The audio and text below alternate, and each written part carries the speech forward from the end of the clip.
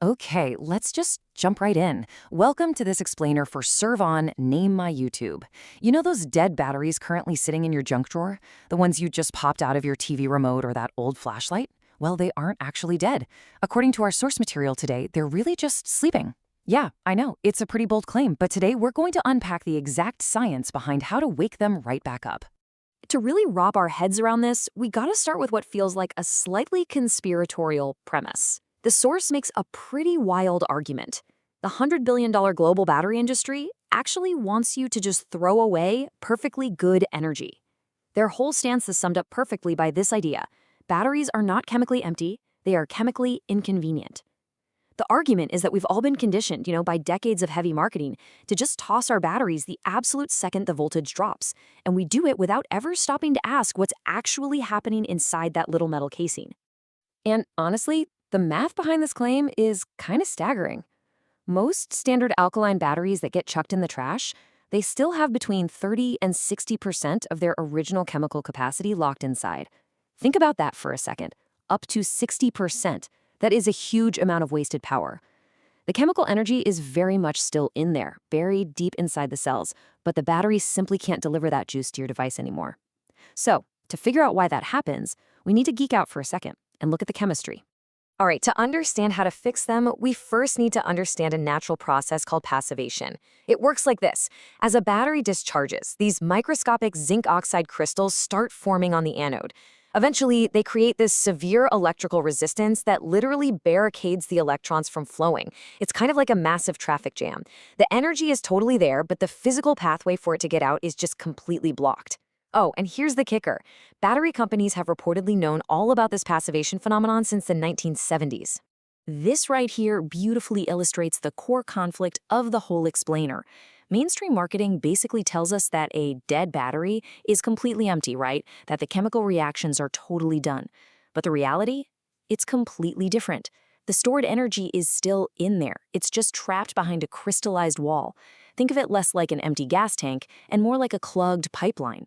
The logic is, if you can just figure out how to disturb those crystals, a totally dead battery can wake up almost instantly. According to the source, we can actually categorize the fixes for this into two practical groups. First, you've got internal fixes, which are designed to physically break that inner barrier of zinc oxide. And second, external fixes, which are meant to clear away that gross terminal corrosion that basically tricks your devices into thinking a battery is dead when it isn't. Okay, let's dive into the internal fixes first. First up is the freezer method. It's super simple. You just place the alkaline battery into a totally sealed Ziploc bag, and that part is absolutely crucial, by the way, to keep moisture from shorting out the terminals. Then you toss it in the freezer for 10 to 12 hours. Just make sure you don't go over 14 hours. After that, pull it out and let it warm up at room temperature for 2 full hours before you try to use it. The idea here is that extreme cold actually contracts and physically cracks those stubborn zinc oxide crystals that are blocking your power. And just to ground this in some wild history, the source points straight to the Apollo missions. Yep, NASA technicians reportedly used this exact freezing trick to extend the working life of mission-critical equipment out in deep space. And, allegedly, this super effective technique was just quietly buried in technical documents for decades after the Apollo program ended. Crazy, right? All right, the second internal fix is the squeeze and roll method. This one completely bypasses temperature and goes straight for pure manual mechanical disturbance. You just place the battery on a hard surface, roll it back and forth under a firm, steady load for about 10 to 15 times, and then give the sides a really firm squeeze between 2 fingers. Just be super careful not to dent the outer casing. That mechanical pressure manually shatters the zinc oxide barrier from the outside in. I absolutely love this detail from the source material. Survivalists, hunters, and trappers up in the super remote Yukon territory have actually relied on this exact technique for generations. I mean, when you're hundreds of miles away from the nearest store, you definitely can't afford to throw away your gear at the very first sign of a voltage drop. Rolling and squeezing those batteries can literally buy you weeks or even months of extra critical life out in the wilderness. Okay, let's shift gears to external issues. The source gives us 2 really solid acid-base hacks for dealing with that crusty white terminal corrosion we've all seen. For a standard fix, you literally just scrub the terminal with a cotton swab dipped in white distilled vinegar and then dry it off. The acid instantly neutralizes that alkaline corrosion. But for extreme, super stubborn buildup, squeeze a few drops of natural lemon juice right onto the contacts, wait 60 seconds, and wipe it clean. The much higher acidity in the lemon eats through heavy buildup way faster. And this isn't just a kitchen hack. The creator points out that ham radio operators have used this exact lemon juice method for ages to revive emergency comms equipment right in the middle of disaster zones. When actual cleaning supplies are scarce, but you can get your hands on citrus fruits, this incredibly basic chemistry trick has literally brought field radios back online during life or death situations. Talk about a game changer. Now for the big one, the climax of the source material. This is pitched as the absolute most powerful trick on the list, the aluminum foil and salt revival pack. Here's what you do. You fold standard kitchen foil into a little stamp-sized pad and sprinkle a tiny pinch of regular table salt evenly over it. Then, you hold the dead battery's negative terminal directly on that salted pad for exactly 3 minutes.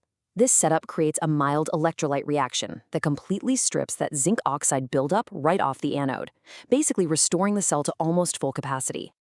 And here's where it leans heavily into that forbidden knowledge angle. The source makes a really bold historical claim. They say this specific electrochemistry trick was actually published in a scientific journal back in the 1960s.